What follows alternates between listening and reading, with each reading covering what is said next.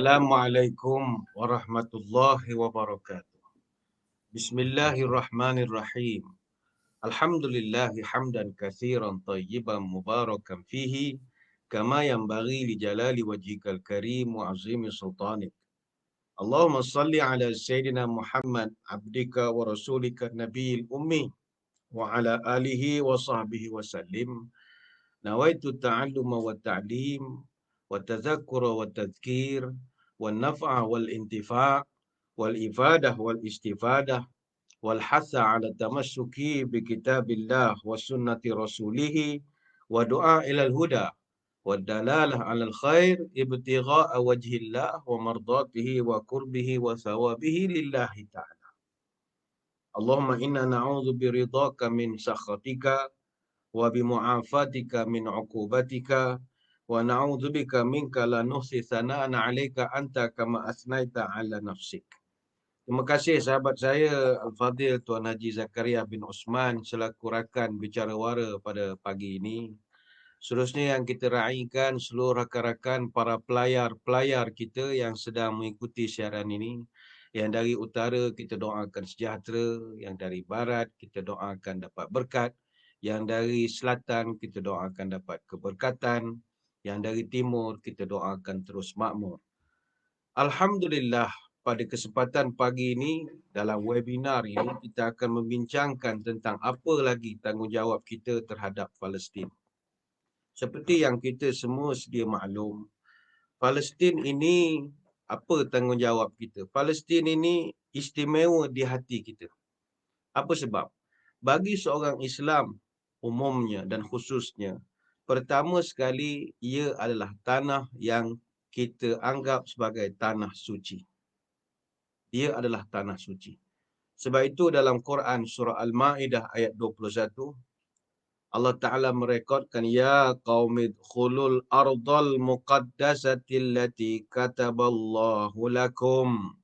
Dan Nabi Musa alaihissalam telah bersabda, Wahai kaumku, masuklah ke tanah suci ini, iaitu Palestin, yang telah diperintahkan oleh Allah untuk aku memasukinya. Dan disebutkan Ardul Muqaddasah. Ini dalam suratul Ma'idah ayat 21. Sebab itu, statusnya sebagai sebuah bandar ataupun bumi yang suci, itu tak dapat kita nafikan kesuciannya. Begitu juga ia disebutkan sebagai tanah yang diberkati. Kenapa? Itu beberapa ayat ada dalam Quran. Pertama sekali, dalam cerita Isra disebutkan Subhanallazi asra bi'abdi sampailah ayat yang barakna haula. Ini adalah tanah yang diberkati Allah Ta'ala sebut. Begitu juga dalam ayat lain surah Al-Anbiya ayat 81, wali Sulaiman ar-riha 'asifatan tajri bi amrih ilal ardil lati barakna fiha. Dan kami mudahkan bagi Nabi Sulaiman angin yang kencang tiupannya bertiup mengikut kehendaknya ke negeri yang kami limpahkan berkat padanya. Ini surah Al-Anbiya ayat 81. Yang ketiga, Palestin ini dekat di hati kita kerana ia adalah bumi para Anbiya. Dan ianya juga adalah tempat kebangkitan mereka. Al-Quranul Karim membuktikan sebahagian besar daripada Anbiya atau Nabi-Nabi ini, hampir 50 orang, dilahir, dibesar dan disemadikan di bumi Palestin yang mulia ini. Nabi Ibrahim, Nabi Lut, Nabi Ismail, Nabi Ishaq, Nabi Yaqub, Nabi Yusuf, Nabi Daud, Nabi Sulaiman, Nabi Saleh, Nabi Zakaria, Nabi Yahya, Nabi Isa, Nabi Ushia atau orang putih panggil Joshua. Ini sebahagian saja daripada para Nabi yang hidup dan tinggal di persekitaran Palestin ini. Ini semua disebutkan dalam Al-Quran. Dan bumi ini juga adalah bumi yang pernah diziarahi oleh Nabi SAW dalam peristiwa Isra wal Mi'raj. Itu yang ketiga. Yang keempat, Palestin ini dekat dengan hati kita kerana ia adalah bumi Isra. Di situlah bermulanya Mi'raj Nabi naik ke langit. Allah himpunkan seluruh para nabi-nabi di bumi ini, dan situ dah juga Nabi kita dijadikan sebagai imam, sebagai simbol kepada Nabi kita ini adalah ketua kepada Sayyidul Mursalin. Yang keempat. Yang kelima, di bumi ini yang dekat dengan hati kita kerana di sana terdapat Masjidil Aqsa. Ini yang jadikan lebih dekat lagi. Yang mana Masjidil Aqsa ini begitu dekat dengan hati kita kerana pertama, ia adalah kiblat yang pertama. Jadi dari sudut sejarah, dekat di hati kita. Yang kedua, Masjid Al-Aqsa duduk pada ranking yang ketiga masjid paling utama dalam Islam. Sehingga dihukumkan sunat bermusafir ke bumi atau ke masjid ini. Yang mana disebut dalam hadis, pahala solatnya sama seperti 500 kali solat. La tushaddur rihalu illa fi salasati masajid. Masjidil Haram wa masjidi hada wal Masjidil Aqsa.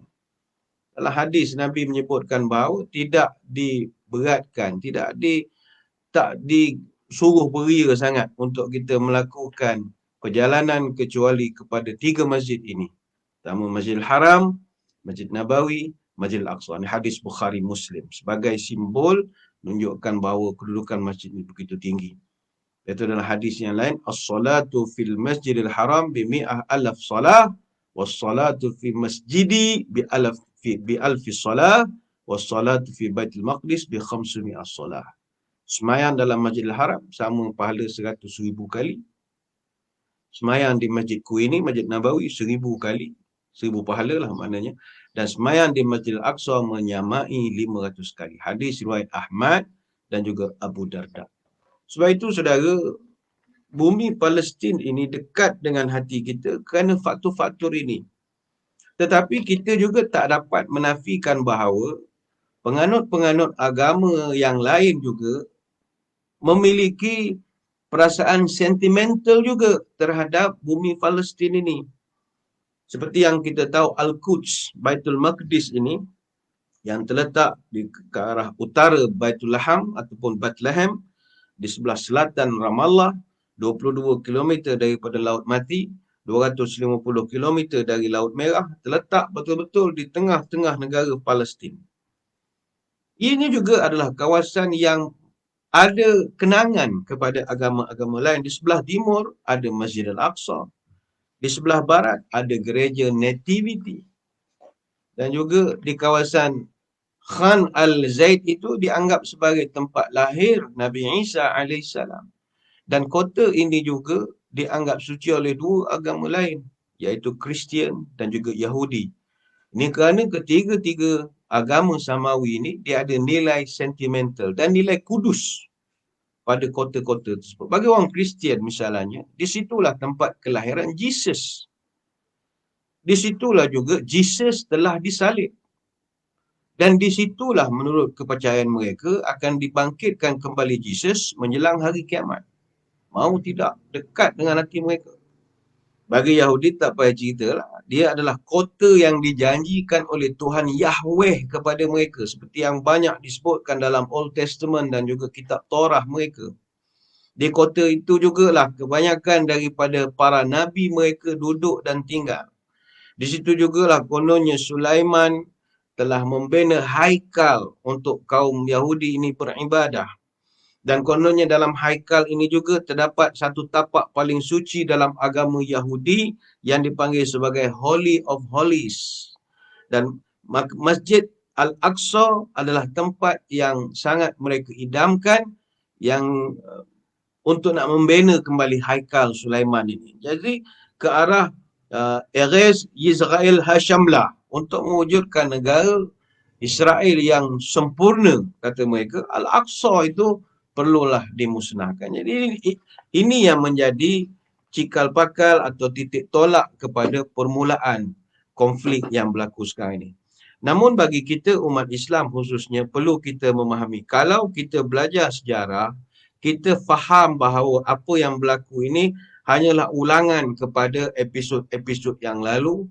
Dan bagi kita yang belajar tentang asyratis sa'ah, tentang malhamah, tentang tanda-tanda kiamat, kita juga akan lebih tenanglah berbanding melompat sana sini, marah-marah tak tentu arah. Sebab barang perlu kita ingat, dalam menghadapi Yahudi ini ataupun menghadapi masalah orang Israel ini atau kejahatan Yahudi ini, kita melihat reaksi masyarakat itu ada macam-macam. Ada orang macam umpama kita dengan nyamuk lah, ada yang marah-marah, macam kena denggi, dia marah-marah kepada nyamuk.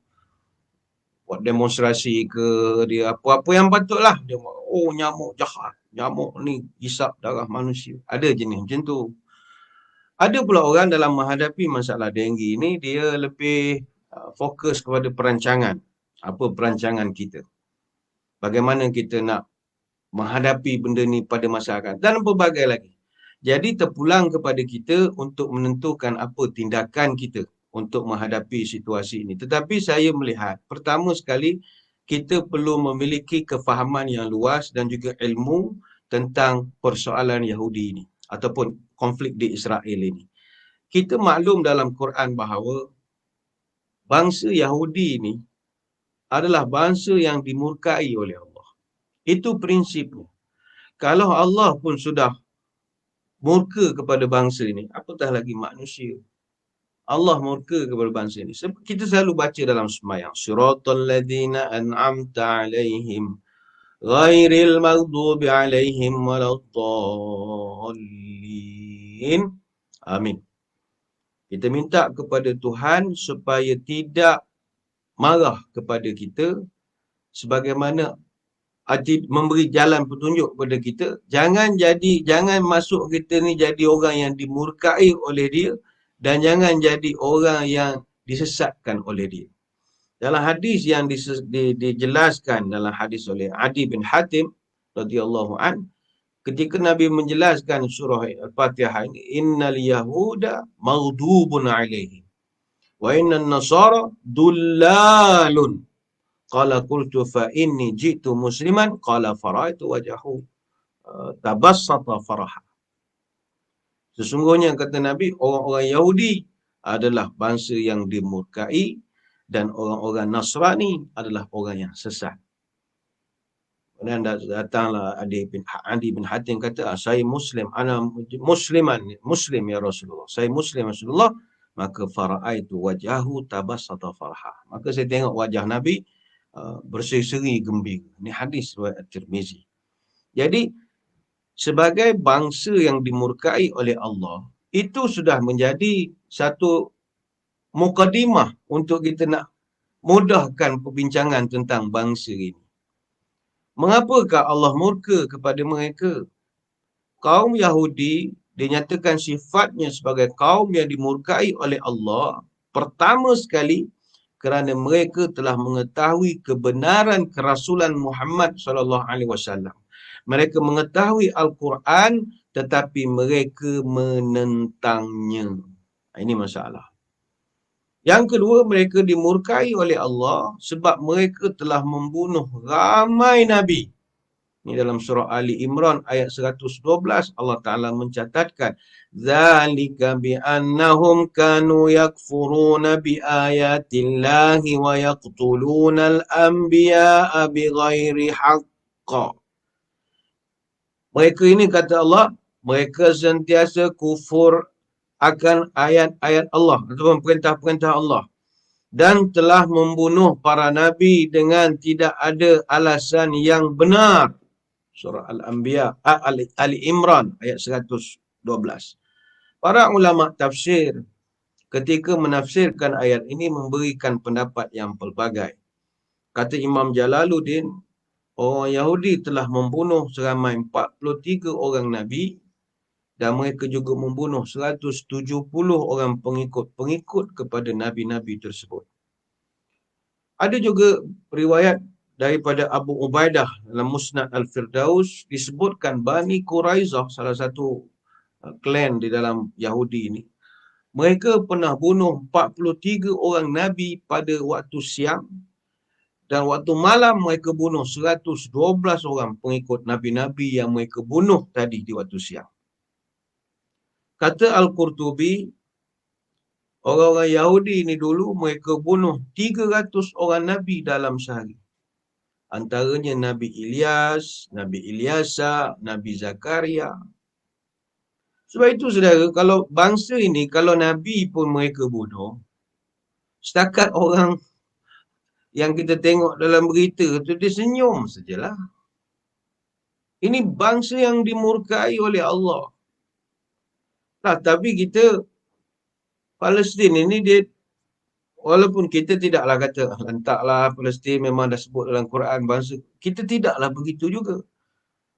Sebab dalam Quran surah At-Tin ayat 1-3 Allah Ta'ala sebut satu perkataan. Wattini wazzaitun wa turi sinin wa hadzal baladil amin.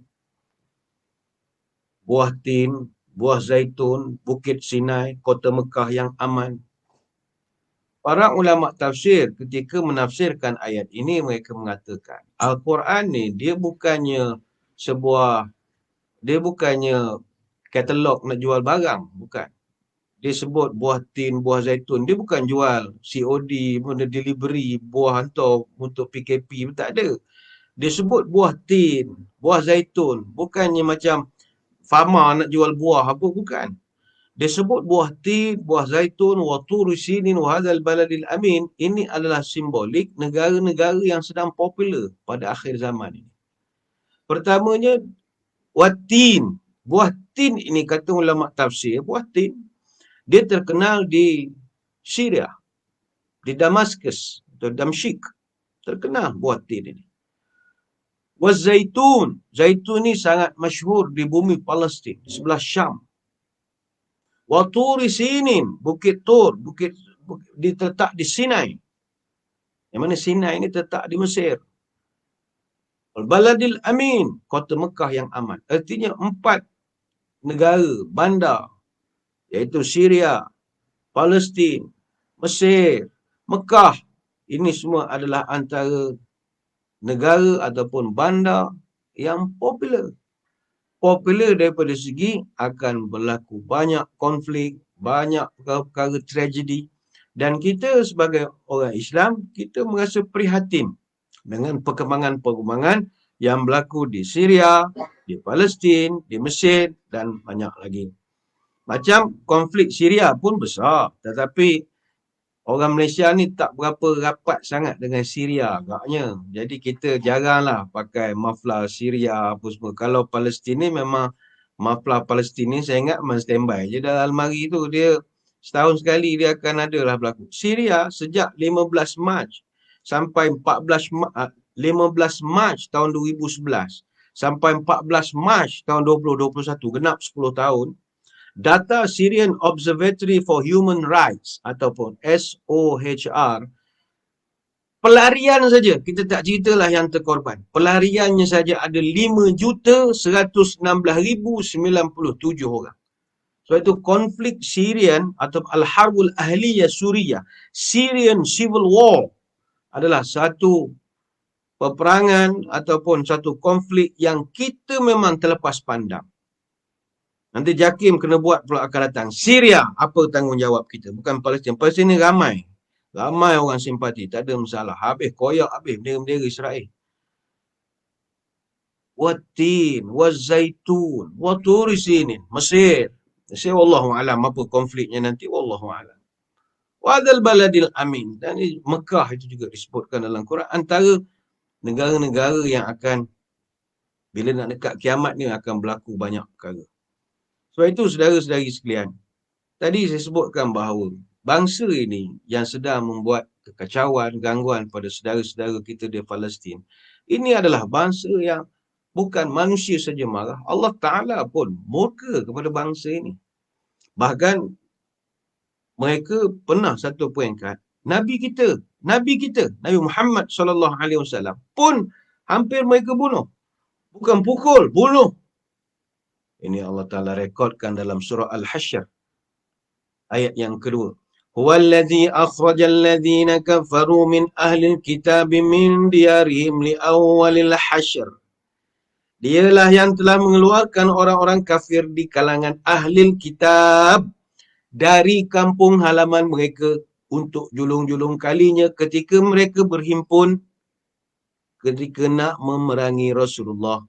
Surah Al-Hasyr ayat yang kedua. Ayat ini kata ulama tafsir berkaitan kisah pengusiran Nabi SAW ke atas Yahudi Bani Nadir.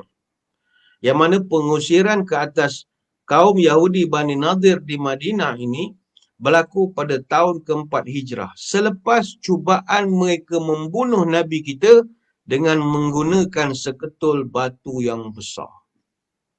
Kisah mula bila Nabi kita pergi ke perkampungan kaum Yahudi Bani Nadir ini.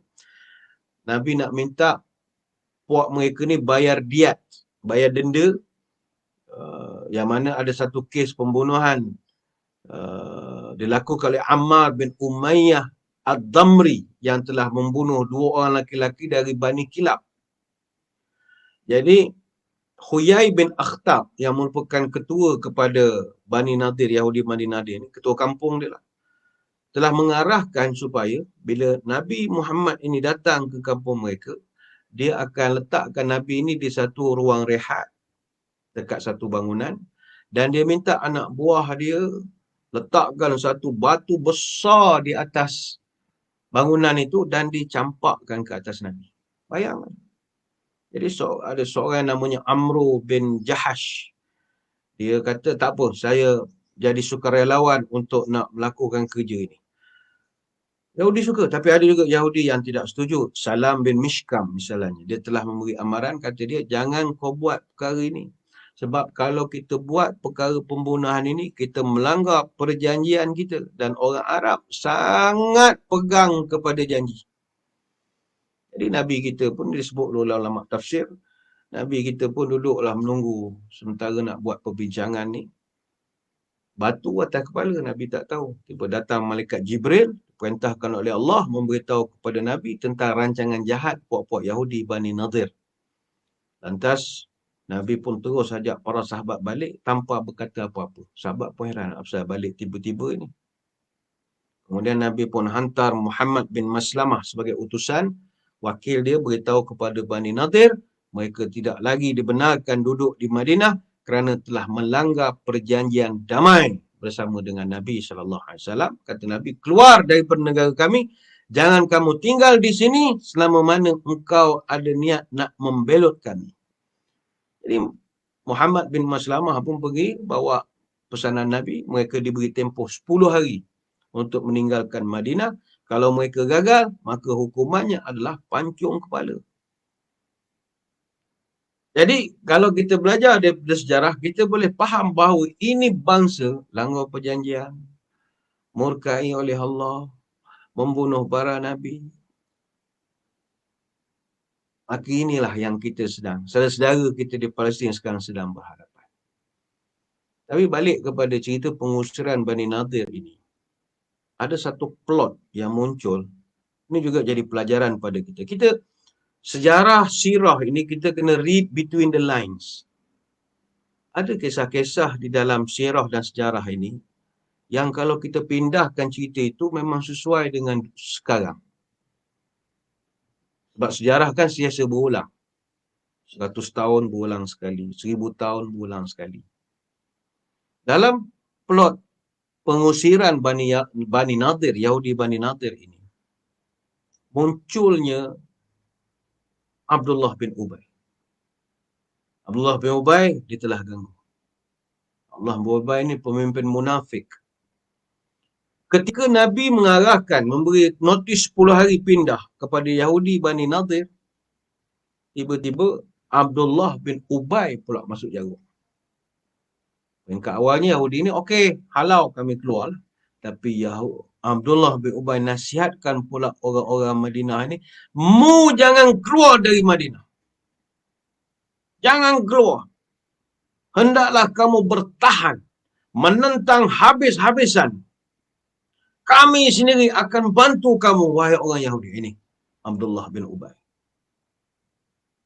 Sebab orang munafik ketika itu, kata ulama tafsir, ketika menafsirkan ayat ini, mereka ada 2,000 orang yang sedia hidup semati membantu Yahudi Bani Nadir di dalam kota pertahanan bagi menentang Nabi SAW. Dan ini bukan sekadar omongan kosong, bahkan direkodkan pakatan ini dalam ayat yang ke-11 surah Al-Hasyr. Alam tara ilal ladzina nafaqu yaquluna li ikhwanihim alladzina kafaru min ahlil kitab la in ukhrijtum lanakhrujanna ma'akum wa la nuti'a fikum ahadan abada wa in qutiltum lanansurannakum wallahu yashhadu innahum lakadzibun. Allah Ta'ala catatkan secara terperinci. Apakah kamu tidak memandang, memerhatikan orang-orang munafik yang tergamak berkata kepada saudara-saudara mereka yang kafir di kalangan ahli kitab, sesungguhnya jika kamu diusir, nescaya kami akan keluar bersama-sama kamu dan kami selama-lamanya tidak akan patuh kepada sesiapa pun untuk menyusahkan kamu. Dan jika kamu diperangi, pasti kami akan membantu kamu. Sesungguhnya Allah menyaksikan. Innahum lakadzibun. Allah Ta'ala mengatakan, aku menjadi saksi. Ini Abdullah bin Ubay and the gang, penipu nombor 1. Penipu semua. Jadi Yahudi ni tadi, asalnya, dia dah, okey dah, Nabi halau, nak pindah dah. Tapi bila jadi begitu, akhirnya jadi semangat balik. Kerana dibakar oleh Abdullah bin Ubay. Rangsang-perangsang, jaminan-jaminan yang diberikan oleh Abdullah bin Ubay ni, dia bakar Yahudi ni, terutamanya pemimpin mereka lah, Huyai bin Akhtab, semakin semangat.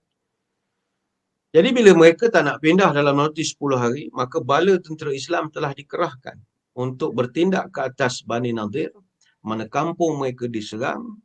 Nabi SAW telah menugaskan kepada Ibnu Maktum mengambil alih tugasan sebagai imam di Masjid Nabawi. Sayyidina Ali radhiyallahu anhu ditugaskan membawa bendera tentera Islam. Jadi ketika datang pasukan tentera ini, Yahudi takut. Dan memang menjadi kebiasaan orang Yahudi, dia adalah bangsa yang tidak berani bertempur secara hadapan. Ini daripada dulu lagi. Dia panggil open secret. Tidak ada orang yang tidak tahu bahawa mereka ini adalah bangsa pengecut. Mereka pengecut, mereka penakut, tidak pernah berani bertempur secara berhadapan. Dan mereka berkubu dalam kota, mereka akan melontar batu, panah dan mereka akan berlindung di sebalik-sebalik pokok. Dan dalam sirah pun menceritakan bahawa ketika mereka perang, mereka peng-peng-peng, sorok. Daripada dulu, pokok tamar, kebun kurma. Bahkan dalam Malhamah Kubra yang Nabi sebutkan tanda besar kiamat nanti adalah kita akan berperang dengan seluruh orang Yahudi ini sampai peringkat mereka ini akan bersembunyi. Ayatnya adalah mereka bersembunyi. Sembunyi balik dinding, sembunyi balik batu, sehingga kan dinding, batu, pokok akan memberitahu pada orang Islam, orang Islam ni ada orang Yahudi belakang aku, kecuali Gharqad. Ini hadis yang kita selalu dengar. Jadi mereka telah pun berlawan dengan orang Islam ketika itu. Jadi orang Islam buat kaedah kepungan. Ketika mereka diserang dan dikepung oleh tentera Islam, rakan-rakan mereka dari kalangan Yahudi yang lain, bani-bani klan yang lain, tak ambil peduli. Termasuklah Abdullah bin Ubay yang mendakwa ada 2,000 orang pengikut. Tak ada. Semua janji kosong. Ketika orang tu diberi janji macam-macam, you jam, I jam, kita bersama. Oh, sekali tak ada. Bila dia tengok Nabi kita datang dengan kekuatan yang menggerunkan, termasuk Bani Ghatfan yang merupakan sekutu, juga tidak berani untuk mengambil apa-apa tindakan untuk membantu orang Yahudi ketika itu.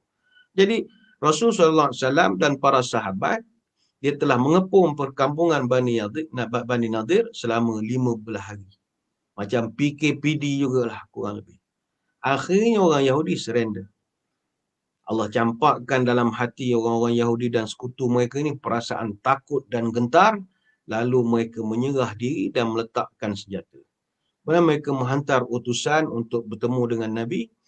mengatakan persediaan mereka untuk keluar daripada Madinah.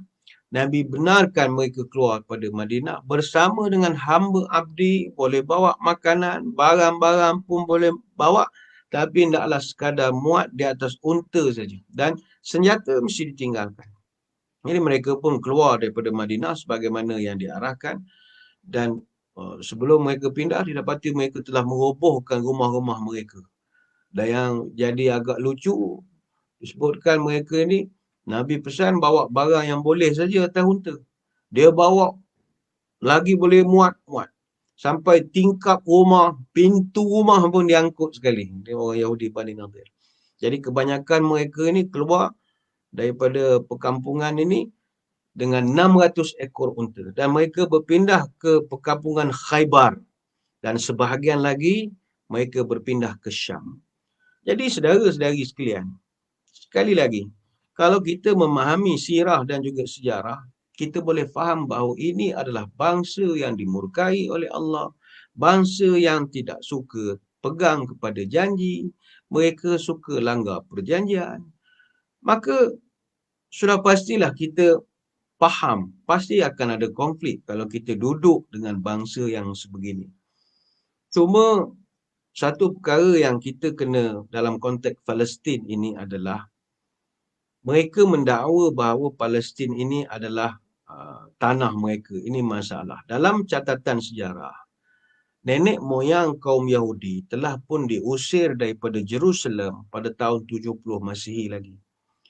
Menurut kepercayaan orang Yahudi, sebagaimana yang tercatat dalam kitab Genesis 12, Tuhan telah menjanjikan kepada Nabi Ibrahim, setelah dia memerintahkan Nabi Ibrahim untuk tinggalkan tanah airnya, dan menjanjikan bahawa Nabi Ibrahim dan keturunannya akan diberi satu tanah yang baru, dipanggil bumi Kanaan. Bumi Kanaan.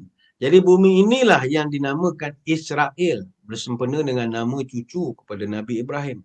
Tetapi maaf, kita yang mengkaji sejarah, kita mendapati dakwaan ini tidak berapa berasas sangat kalau mereka gunakan naratif ini bumi Nabi Ibrahim pada dulu. Sebab kajian sejarah menunjukkan bahawa zaman pemerintahan Bani Israel di beberapa kawasan Palestin itu begitu singkat, iaitu tempohnya tidak lebih daripada 4 kurun. Sedangkan kerajaan Islam, orang Islam mengambil masa 12 kurun. Tahun 636 sampai 1917. Adalah beberapa ketika masa melibatkan perang salib. Ada peperangan-peperangan itu adalah putus sekejap. Tapi umumnya kerajaan Islam telah memerintah di kawasan itu 12 kurun. Dan majoriti orang Yahudi keluar daripada tanah Palestin dan mereka memutuskan hubungan dengan Palestin dah 18 kurun putus hubungan. Semenjak tahun 135 sampai kurun ke-20 Masihi. Makna dan penduduk Palestin, iaitu pribumi Palestin, tetap kekal di bumi itu sepanjang 4,500 tahun lamanya. Sehinggalah mereka sendiri yang diusir keluar secara biadab oleh rejim Zionis pada tahun 1948.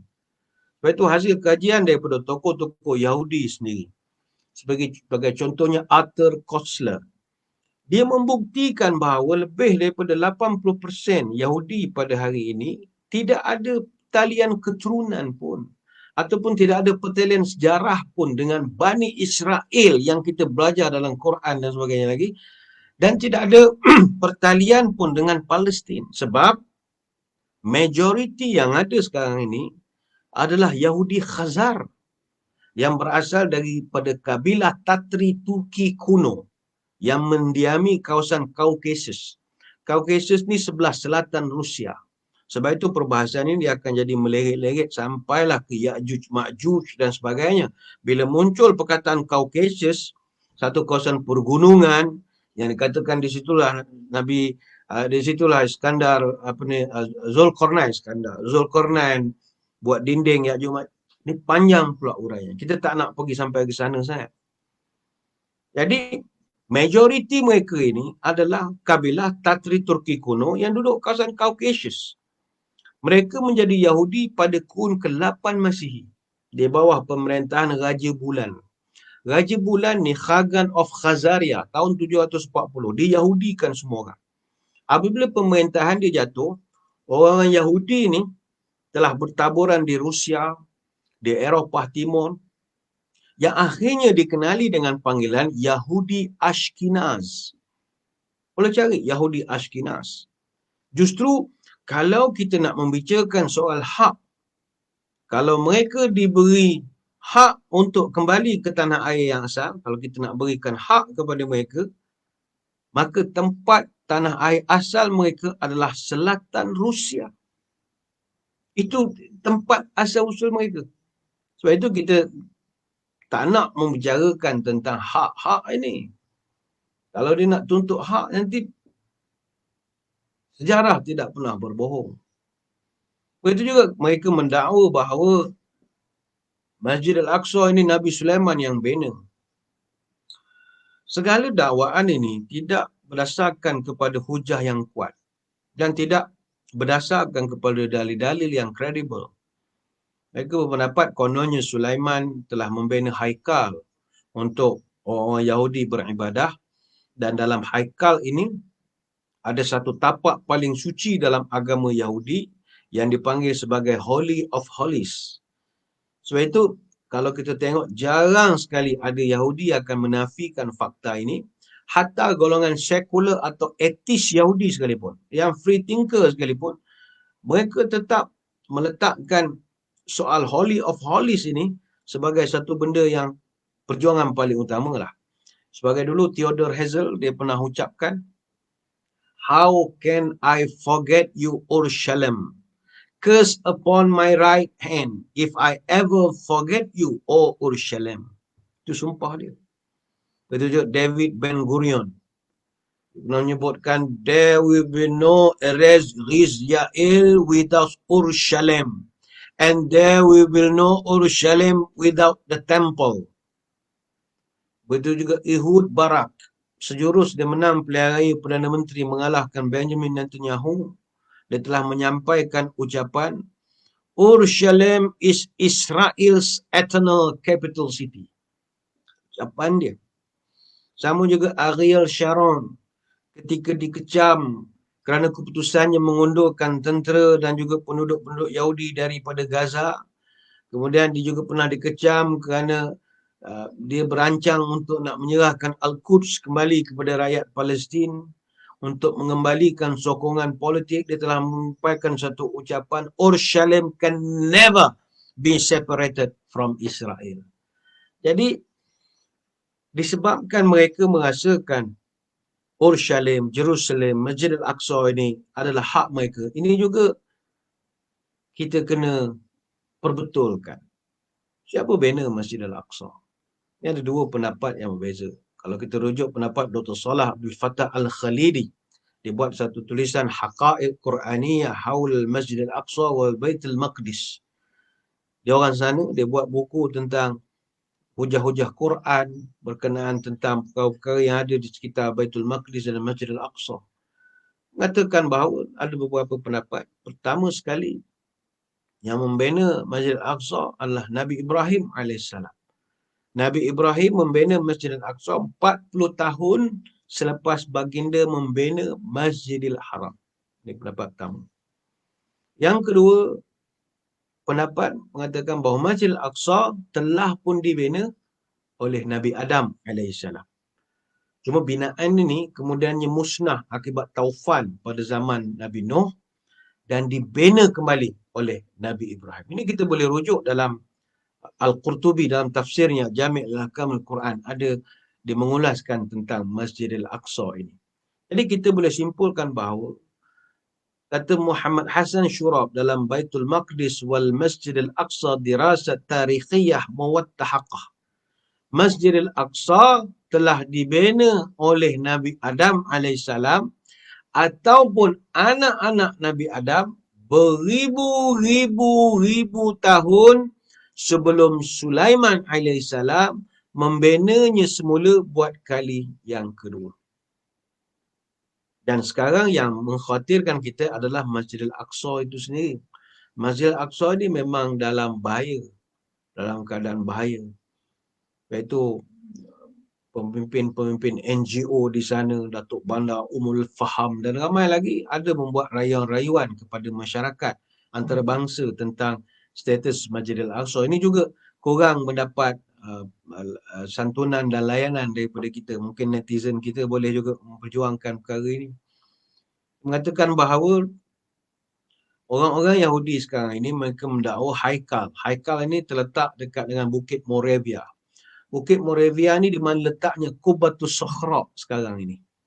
Jadi sekarang ni orang-orang Yahudi dia telah gali terowong yang telah menjangkau 400-500 meter di bawah Masjidil Aqsa. Jadi sebarang gegaran yang kuat dikhawatiri akan merobohkan keseluruhan bangunan itu.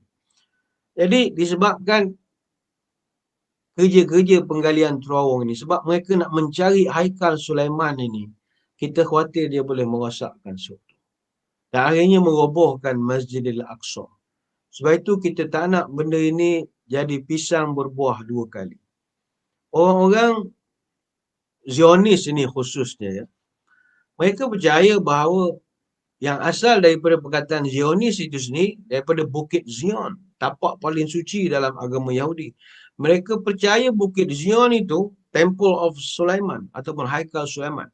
Tapak itu sekarang betul-betul duduk Qubatus Sakhra, Dome of the Rock itu, sebahagian daripada Masjidil Aqsa. Jadi mereka dah buat langkah-langkah awal untuk nak mengambil benda ini. Seawal 20 Ogos 1929, sekumpulan Yahudi ekstremis daripada kumpulan Kach ataupun Kachanech yang dibantu oleh tentera British ketika itu, khususnya bantuan persenjataan, mereka telah masuk ke dalam kawasan Masjidil Aqsa dan mereka kuasai tembok burak. Tembok burak ini mereka tukar jadi kotel. Kotel ni makna tembok meratap. Dia punya wall dia. Itu saya selalu tegur orang-orang main Facebook ni suka sangat mengadu dalam wall Facebook masing-masing, mengadu dalam wall, cerita dalam wall. Mereka macam Yahudi dia mengadu ke wall, mengadu ke Tuhan hidup ni. Mengadu Allah Ta'ala pun, mengadu ke dinding. Dinding Facebook mengadu apa. Doa sendiri sajalah. Doa sendiri sajalah. Jadi dia buat kawasan tembok burak yang dikatakan Nabi telah mengikat burak di tembok itu dalam peristiwa Isra' Mi'raj, dia tukar jadi tembok meratap. Ketika mereka nak ambil tembok burak ini, 338 rakyat Palestin telah terkorban dalam tempoh 15 hari.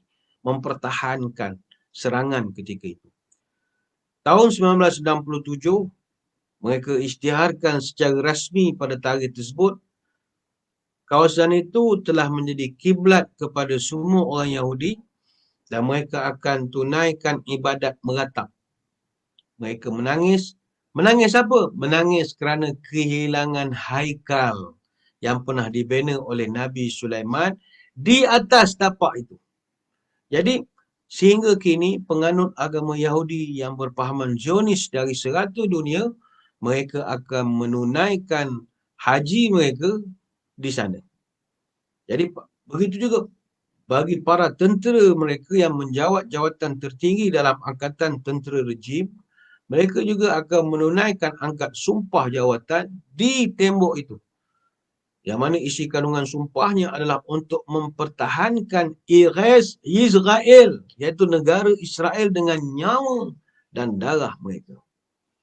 Dan barang perlu diingat, penawanan ke atas tembok burak ini bukanlah satu tindakan terakhir mereka terhadap Masjidil Aqsa, tetapi merupakan permulaan bagi mereka untuk merobohkan Masjidil Aqsa dan membina kembali kuil ibadah yang mereka namakan sebagai The Mounts of Temple ini ataupun Haikal Sulaiman.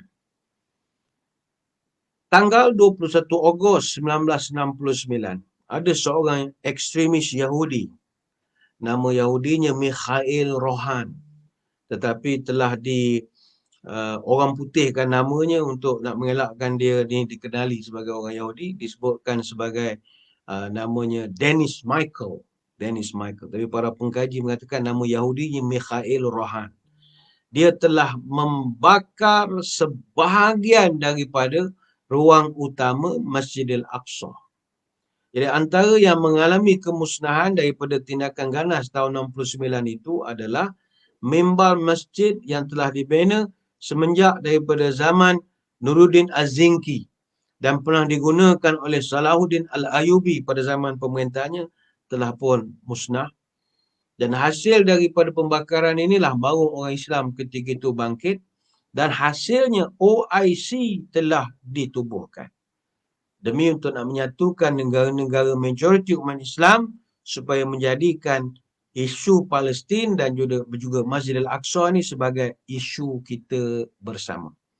Sebab itu kepada netizen yang semangat mengkoyakkan Israel dan sebagainya lagi, jangan lupa masuk ke dalam diary 21 Ogos adalah sambutan kita tiap-tiap tahun untuk memperingati Masjid Al-Aqsa dan saudara-saudara kita di Palestin. Jangan lupa 21 Ogos, tarikh keramat Masjid Al-Aqsa dibakar dan akhirnya ditubuhkan OIC pada tarikh itu, 21 Ogos 1969. Adakah berhenti kekejaman, kekacauan itu? Tidak. 15 Oktober 1989, sekumpulan orang Yahudi yang menamakan diri mereka sebagai The Guardian of the Temple, mereka dengan beraninya telah meletakkan batu asas untuk membina haikal. Namun untuk membina haikal itu pada waktu-waktu masa sekarang ini adalah mustahil kerana kewujudan Masjid Al-Aqsa dan kewujudan Qubatus Sakhrah. Tidak mungkin dibina kedua-dua tempat ibadat pada tempat yang sama. Sebab itu mereka telah merancang untuk nak buat perancangan-perancangan untuk nak merosakkan, untuk nak merobohkan Haramus Syarif di mana di dalamnya terdapat Masjid Al-Aqsa dan Qubatus Sakhrah, dan kemudian barulah mereka bina haikal yang mereka impikan itu. Jadi sejak tahun 67 lagi terdapat banyak usaha daripada golongan-golongan Yahudi untuk mencemarkan Masjid Al-Aqsa ataupun Al-Haramus Syarif.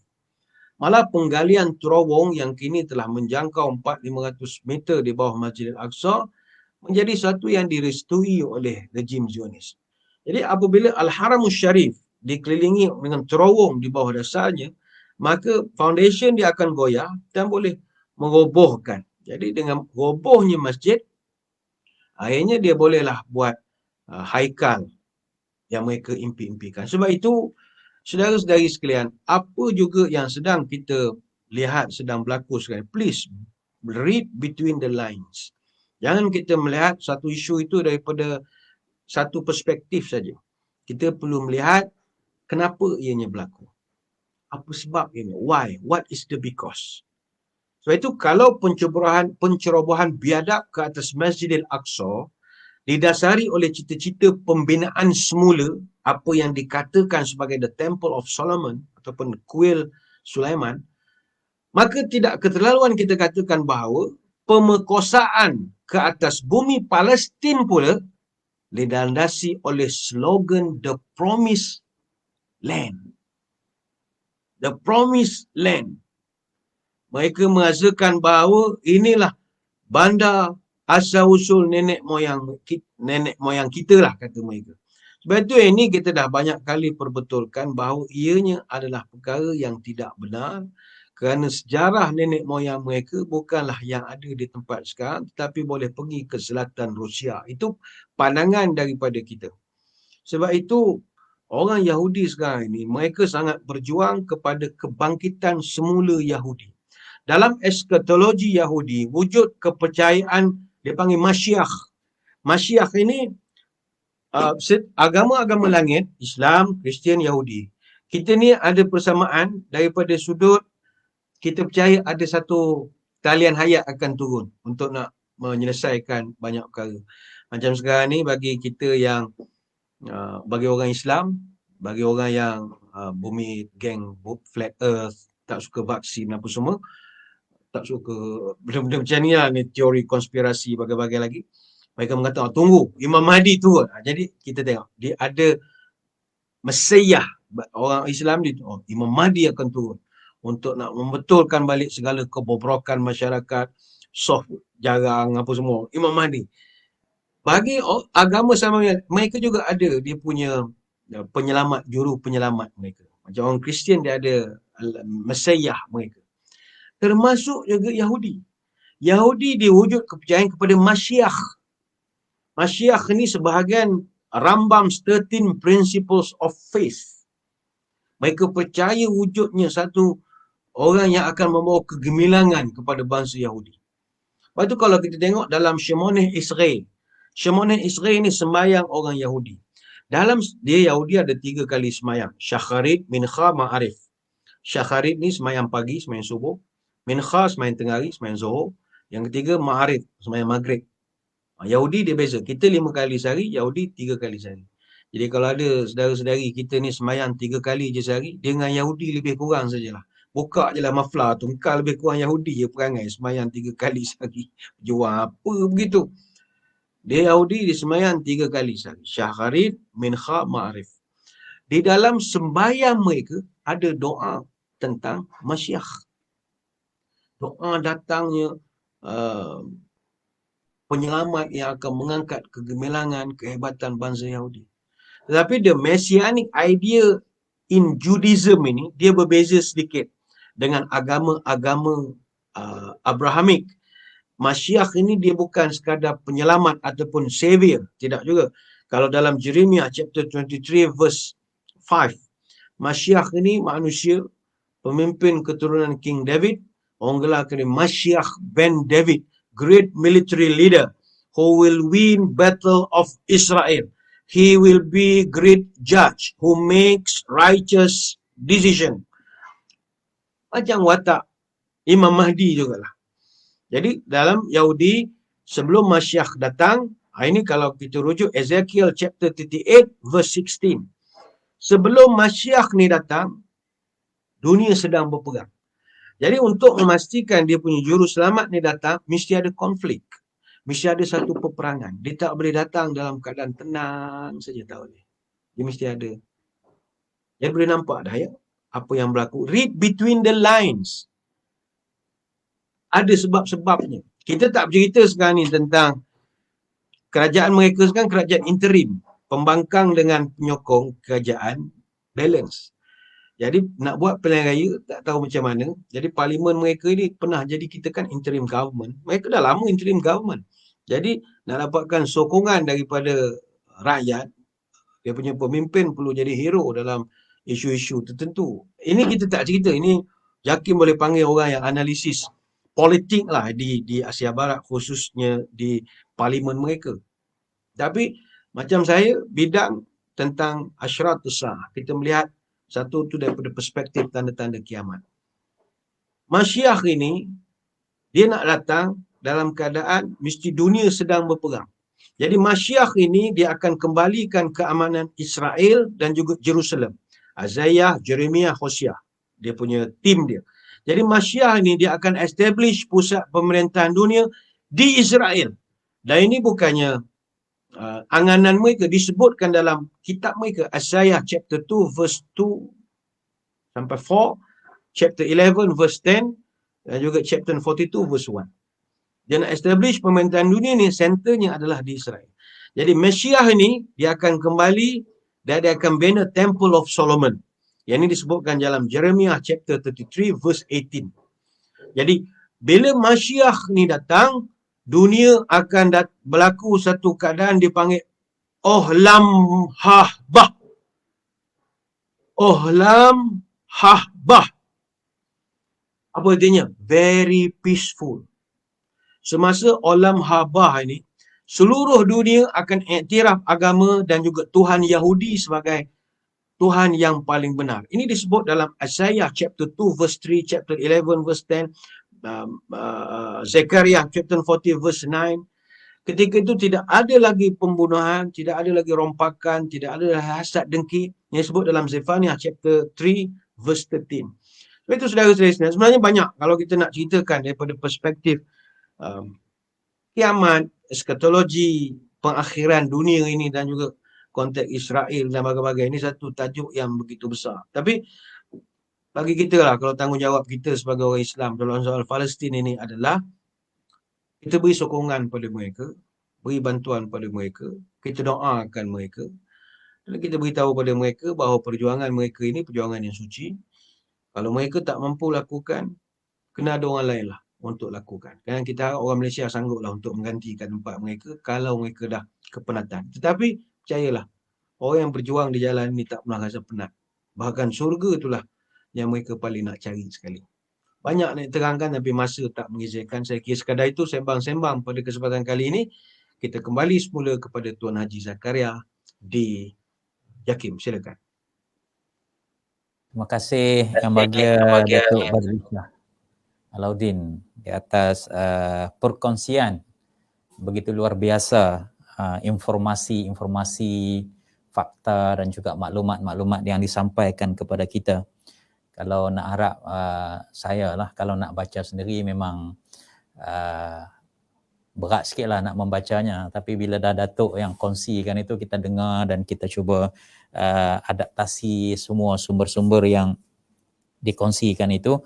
Alhamdulillah perkongsian yang baik. 1 jam lebih kurang kita bersama dengan Yang Bahagia Datuk ini dapat menyaksikan bagaimana segmen-segmen yang dibawa oleh Yang Bahagia Datuk tentang sejarah nilai-nilai sentimental di Palestin itu, yang masing-masing orang-orang Yahudi Israel yang mempunyai nilai sentimentalnya, orang-orang Arab, orang-orang Islam juga mempunyai nilai sentimentalnya pada bumi Palestin itu. Mungkin di antara faktor-faktor utama yang membawa kepada konflik yang tidak berkesudahan, tetapi fakta yang jelas yang disebut oleh Yang Bahagia Datuk sebentar tadi adalah bagaimana sikap orang-orang Bani Israel ataupun Yahudi ini yang sememangnya telah dikecam oleh Allah Subhanahu Wa Taala dalam Al-Quran kerana sifat mereka yang tidak mahu menerima keterangan ayat-ayat suci Al-Quranul Karim, walaupun mereka tahu bahawa fakta ataupun berita tersebutlah merupakan satu perkara yang memang benar, tetapi mereka sengaja ingkar, tidak mahu tunduk dan patuh kepada perintah-perintah Allah Subhanahu Wa Taala. Dan yang lebih dahsyat lagi, bangsa-bangsa Yahudi dan juga Bani Israel ini, mereka bukan sahaja tidak mahu menerima keterangan ayat-ayat suci Al-Quranul Karim, bahkan mereka sanggup membunuh Nabi mereka sendiri. Kalau kita lihat bagaimana umat Islam di Palestin yang terbunuh, yang cedera, runtuhan bangunan, kerosakan pelbagai, itu kita sudah rasakan suatu yang begitu dahsyat sekali. Tetapi sejarah telah membuktikan bagaimana kaum Yahudi ini mereka bukan sahaja membunuh manusia biasa, bahkan Nabi sendiri mereka membunuh. Jadi inilah bagaimana sifat-sifat Yahudi. Tetapi antara fakta yang menarik yang ditegaskan semalam pun, Habib Ali Zainal Abidin ada menyebut, hari ini Datuk Pat pun ada sebut juga bahawa suatu hari nanti bahawa orang-orang Yahudi ini akan dicari, oleh seluruh umat Islam, walaupun mereka bersembunyi di belakang tembok batu, pohon-pohon kayu, mereka ini akan diceritakan keberadaan mereka. Jadi itu antara perkara yang sempat saya catat, yang sempat saya kutip daripada mutiara kata yang dikongsikan bersama oleh Yang Bahagia Datuk Badrullah pada pagi ini. Ustaz Hamdan, kita ada soalan? Ada satu soalan lah, kalau boleh kita boleh respon satu lah Datuk. Satu saja soalan pagi ini. Ini daripada Muhammad Zahiruddin Ibrahim. Soalan bahasa Inggeris lah pagi ni. How is the conflict going to end? Muhammad Zahiruddin Ibrahim. Datuk ada pandangan tentang persoalan ini? Baik, terima kasih. Soalan daripada saudara Muhammad Zahiruddin, saya jawab dalam bahasa Melayu sebab saya cakap bahasa Inggeris hari Rabu saja. Jadi hari Isnin saya cakap Melayu. Bagaimanakah konflik ini akan berakhir? Saudara-saudari sekalian, konflik ini akan berakhir bila berlakunya satu peristiwa besar sebelum kiamat yang dipanggil sebagai malhamah. Apa makna malhamah? Daripada kalimat asalnya laham, maksudnya daging. Pluralnya malahim, iaitu merujuk kepada peperangan yang mengakibatkan banyak kematian. Jadi kalimat al-malhamah ini digandingkan pula dengan kalimat al-kubra. Maknanya peperangan besar yang mengakibatkan banyak kematian. Dan malhamah ini disebutkan dalam banyak hadis-hadis dan diriwayatkan oleh ramai ulama hadis, dan dia adalah perang dunia terbesar, lebih besar daripada apa yang berlaku sekarang. Serangan Israel yang terbaru baru berapa? Dalam 8 hari rekod kita hari itu 220 nyawa. Sikit. Peperangan ini adalah peperangan yang sangat besar. Walaupun ulama ada beza pendapat. Ada yang kata ianya adalah peperangan Yarmouk tahun 634 Masihi.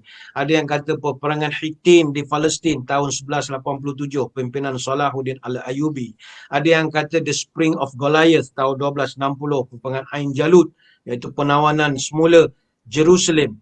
Tetapi saya secara peribadi, kalau kita analisis balik kepada hadis-hadis tentang malhamah ini, tidak keterlaluan kalau kita katakan bahawa peperangan dengan Yahudi akhir zaman ketika kemunculan Dajjal adalah pengakhiran kepada konflik ini. Kita pernah dengar tentang Majdaliun. Majdaliun orang putih panggil Armageddon. Armageddon ini, peperangan ini berlaku di Megiddo. Megiddo ni terletak di Israel sekarang. Megiddo ini sekarang dah jadi UNESCO World Heritage Site.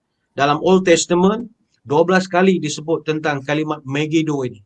Megiddo ni terletak 92.2 km daripada bandar Lud. Bila saya sebut bandar Lud, kita terus akan teringat kepada hadis yang mana Nabi menyebut bahawa Dajjal akan bertemu dengan Nabi Isa di bab Lud, di pintu Lud. Itu saya jawab mudah begini. Dalam hadis Nabi sebut, fayahzimullahu al-yahud fala yabqa syai'un mimma khalaqallahu yatawara bihi yahudiyyun ila antaqallahu dhalika syai' la hajar wala syajar wala ha'id wala dabah illa gharqadah fa innaha min syajarihim la tuntiq. Allah nanti akan hancurkan kaum Yahudi keseluruhannya menerusi malhamah kubra. Tidak ada satu makhluk pun yang diciptakan Allah di mana orang Yahudi berlindung di belakangnya, melainkan Allah jadikan benda itu berbicara. Sama ada batu, pokok, dinding, binatang, kecuali pokok gharqad.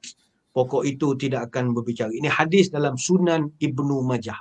Sebab itu orang Israel sekarang ini, mereka buat kempen untuk menanam pokok gharqad.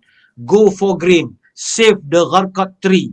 Mereka target 240 juta pokok gharqad ditanam di seluruh Israel. Menurut website Jewish National Fund, di Palestin saja mereka telah tanam sekitar 220 juta pokok gharqad.